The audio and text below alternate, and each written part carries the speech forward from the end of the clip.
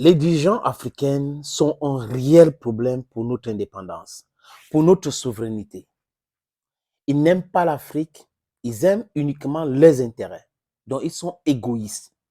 L'égocentrisme a une place très importante dans leur fonctionnement. C'est quoi, les amis? On a les jets privés, on peut louer un avion, on peut aller en Suisse, hôtel intercontinental, on peut avoir nos enfants à l'école en Europe, on peut avoir les comptes en banque Ghani. C'est ce qui les intéresse. Quand il y a un deal entre le gouvernement que gère l'État, l'État c'est tout le monde, c'est toi, c'est moi. Qu'est-ce que ceux qui gouvernent font? Ils font comme si le contrat, c'est à eux. Donc c'est eux les patrons. Ils ne communiquent pas sur le contrat, ils bradent le sous-sol de leur pays. Regardez le cas Glencore pour le Cameroun. C'est un gros scandale. Donc vous avez un groupe de personnes qui se sont mis ensemble pour spolier le bien public, qui se sont accaparés du bien public. Et quand les gens critiquent, oh, vous n'êtes pas des patriotes. Alors, les amis, des vrais antipatriotes dans notre continent, ce sont les dirigeants. Parce que si les dirigeants africains voulaient que nous soyons indépendants économiquement, ça c'est longtemps ils devaient déjà faire. Mais quand vous avez des gens qui gèrent uniquement les intérêts, comme j'ai dit tout à l'heure, on peut voir ça saute à l'œil. Regardez la Côte d'Ivoire. C'est la France et le Liban, les Libanais qui gèrent la Côte d'Ivoire. Regardez le Cameroun, c'est la corruption qui gère le Cameroun. Regardez le Nigeria, c'est la corruption qui gère le Nigeria. Regardez le Bénin, exactement la même chose. Allez en Guinée-Bissau, c'est exactement la même chose. L'autre jour au Kenya, qu'est-ce qui s'est passé? Le peuple s'est levé et dit non à ces projets d'asphyxier le peuple avec les impôts, hein, par William Ruto. J'étais au Kenya, donc j'ai discuté avec quelques Kenyans pour comprendre leur mentalité. Vous pouvez citer comme ça, les amis, les exemples sont légion. Vous avez des dirigeants africains qui empêchent l'Afrique de se développer. Prenons le cas de l'Union africaine. À quoi sert l'Union africaine? À quoi joue l'Union africaine? Après, on prend le cas de la CEDEAO ou la CAC. Ils servent vraiment à quoi? On a vu un sommet extraordinaire ou ordinaire de la CEDEAO avec à peu près 40 conseillers européens. Madame Molife, donc qui gère la diplomatie, une partie de la diplomatie américaine, était présent. Le département de l'État pour donner des instructions à M. Touré. Et les photographes ont pris cette photo. C'est une honte. Et ils sont comme ça en train de brader le continent pour leurs propres intérêts. Pendant ce temps, ceux qui sont en train de leur donner de l'argent donnent l'argent pour l'intérêt de leur peuple. Comment est-ce qu'on peut avoir des gens qui prétendent tous les jours, ah, on a des diplômes, on a le master, on est doctorant, on a le PhD. Ils sont doctorants, d'autres ont le PhD. Ils n'arrivent pas à comprendre grand-chose. Ils sont animés, les amis, par la corruption. Je pense que c'est l'antivirus de fabrication russe, Kaspersky, qui peut nous aider.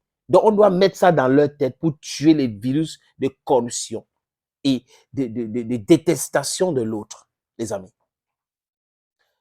L'autre jour, je crois il y a cela quelques heures, je lisais les informations, je tombe sur une information d'une athlète kenyane qui dit qu'on lui a demandé 2000 euros, 2000 dollars, à peu près, oui, 2000 dollars, pour intégrer la team Kenya aux Jeux Olympiques de Paris. Et elle a allé signer donc avec le Bahreïn. Et Bahreïn a gagné donc la médaille d'or avec cette jeune dame. Vous voyez, si les gens qui géraient l'athlétisme dans ce pays-là aimaient tellement le Kenya, ça ne devait pas arriver. Les gens ne devaient pas prendre sur eux de demander l'argent à quelqu'un qui est performant.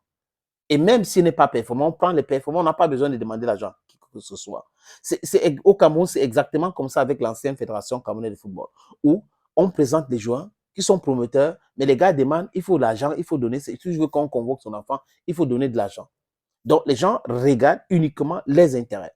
Vous pensez que quand, pour le Cameroun, par exemple, quand on vous dit que les ministres sont des milliardaires, c'est par rapport à quoi? C'est parce que ceux-là pensent que quand on les a nommés, c'est la chance de leur vie de s'enrichir, d'être des milliardaires.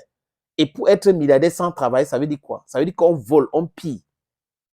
C'est la spoliation. Donc, les vrais antipatriotes africains sont des dirigeants. Ils n'ont pas l'amour pour le continent. Ils n'ont pas l'amour pour le continent. Regardez ce qui se passe au Mali. Vous avez entendu parler de l'Union africaine? L'Union africaine est bouche bée L'Union africaine ne se prononce pas. Parce que l'Union africaine est financée par l'Union européenne qui est derrière tout ce groupe terreau-terreau. L'Union européenne donc finance cela et l'Union africaine ne peut pas parler parce qu'elle est financée par l'Europe et les États-Unis d'Amérique. Comment se fait-il qu'on a une organisation continentale qui n'arrive pas à se financer? Les pays africains devraient mettre la main dans la pâte, financer cette organisation pour que ça soit indépendant, ça soit libre. C'est quand même incroyable. Si on était dans un autre continent, les amis, it was going to be like automatique. Les autres pays devraient rompre les relations diplomatiques avec l'Ukraine. Regardez le Sénégal de Bassirou Diomaye Faye. C'est une honte. Ousmane Sonko, c'est une honte pour l'Afrique. Un ambassadeur publie l'attaque terreau au Mali et jubile. Et il est toujours au Sénégal. Et quand on regarde les anciens discours de Ousmane Sonko, on comprend comment l'escroquerie politique était en marche. Le l'esbrouf politique était en marche à l'époque quand il était dans l'opposition. Il voulait se sauver, se faire bonne presse et tout ça pour que les Africains et les Sénégalais le soutiennent. Mais tôt ou tard, ces gars-là vont payer. Ces traîtres vont payer. Les amis. Donc, je voudrais citer Tinubu, Paul Biya du Cameroun, qui est encore Sassou Nguesso, Alassane Dramane Ouattara, Bassirou Diomaye Faye, Ousmane Sonko, le président mauritanien, parce que là, l'attaque du Mali est passée par la Mauritanie, le président algérien, ce ne sont pas des gens sérieux, ce ne sont pas des Africains qui aiment l'Afrique. Voilà le vrai problème. Donc, la jeunesse de ce pays-là, la jeunesse africaine tout court, devrait se mettre ensemble pour combattre ces dirigeants-là qui aiment plus l'argent que d'aimer leur pays, mais qui demandent au peuple, à la jeunesse, d'aimer. Parce qu'ils savent que quand on va dire aimer, même s'ils ont fait du mal, on va toujours les pardonner, on va aimer. On va continuer, aimer, aimer, aimer. Il faut être des patriotes. Alors, ceux qui devraient aimer le pays parce qu'ils gèrent la fortune publique n'aiment pas. Ils vendent, you're selling your birthright. Les amis, ça c'est qui? Your Bamenda man, your Ekona man, your Ngi man, your Bakore man. Hey, I'm proudly so anglophone. Je vous suggère de regarder cette petite vidéo. C'est une opportunité que je vous présente. C'est à Douala, dans 2 terrains. Un à Djapouma, près du stade de Djapouma, 1000 mètres carrés. Il y a déjà l'enclos construit autour, avec le titre français d'ailleurs. L'autre terrain aussi est titré de Bonaplezo, 576 mètres carrés. Si vous êtes intéressé, regardez cette petite vidéo. Appelez-moi. Le premier numéro est WhatsApp, le deuxième c'est l'appel CM. Donc les 2 numéros vous pouvez appeler comme ça, mais il y a un qui est WhatsApp, c'est le premier numéro, le 6 80 87 37 37. On regarde. Opportunité en or à Douala, terrain à vendre, 560 mètres carrés. Vous voulez construire un centre commercial, un hôtel, vous voulez construire votre propre maison à vous, vous voulez ouvrir une station de service, c'est à vendre, les amis. Je répète encore, c'est à vendre, ce terrain. Voilà donc l'opportunité que je vous présente là. C'est 560 mètres carrés, je répète.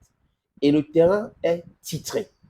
Nous allons vous laisser le temps de vérifier, parce que c'est très important. Donc, ce n'est pas le genre de terrain où il y a un problème. Non, non, non. C'est en plan Bonaplezo, à côté de la route. La route ceinture ce terrain. D'un côté, il y a une route en pavé. De l'autre côté, c'est une autre route bitumée. C'est abordable le prix, hein, donc on peut discuter du prix. Si vous êtes intéressé, appelez-moi à travers les 2 numéros que vous voyez à l'écran là, 6 80 87 37 37 ou le 6 96 17 60 34. Et les numéros, le premier numéro passe sur WhatsApp, donc vous pouvez nous envoyer un WhatsApp ou vous nous appelez simplement. Et l'autre numéro, c'est uniquement par appel simple, les amis. Donc, voilà donc cette opportunité que j'ai décidé de partager avec vous. Contactez-moi si vous êtes intéressé.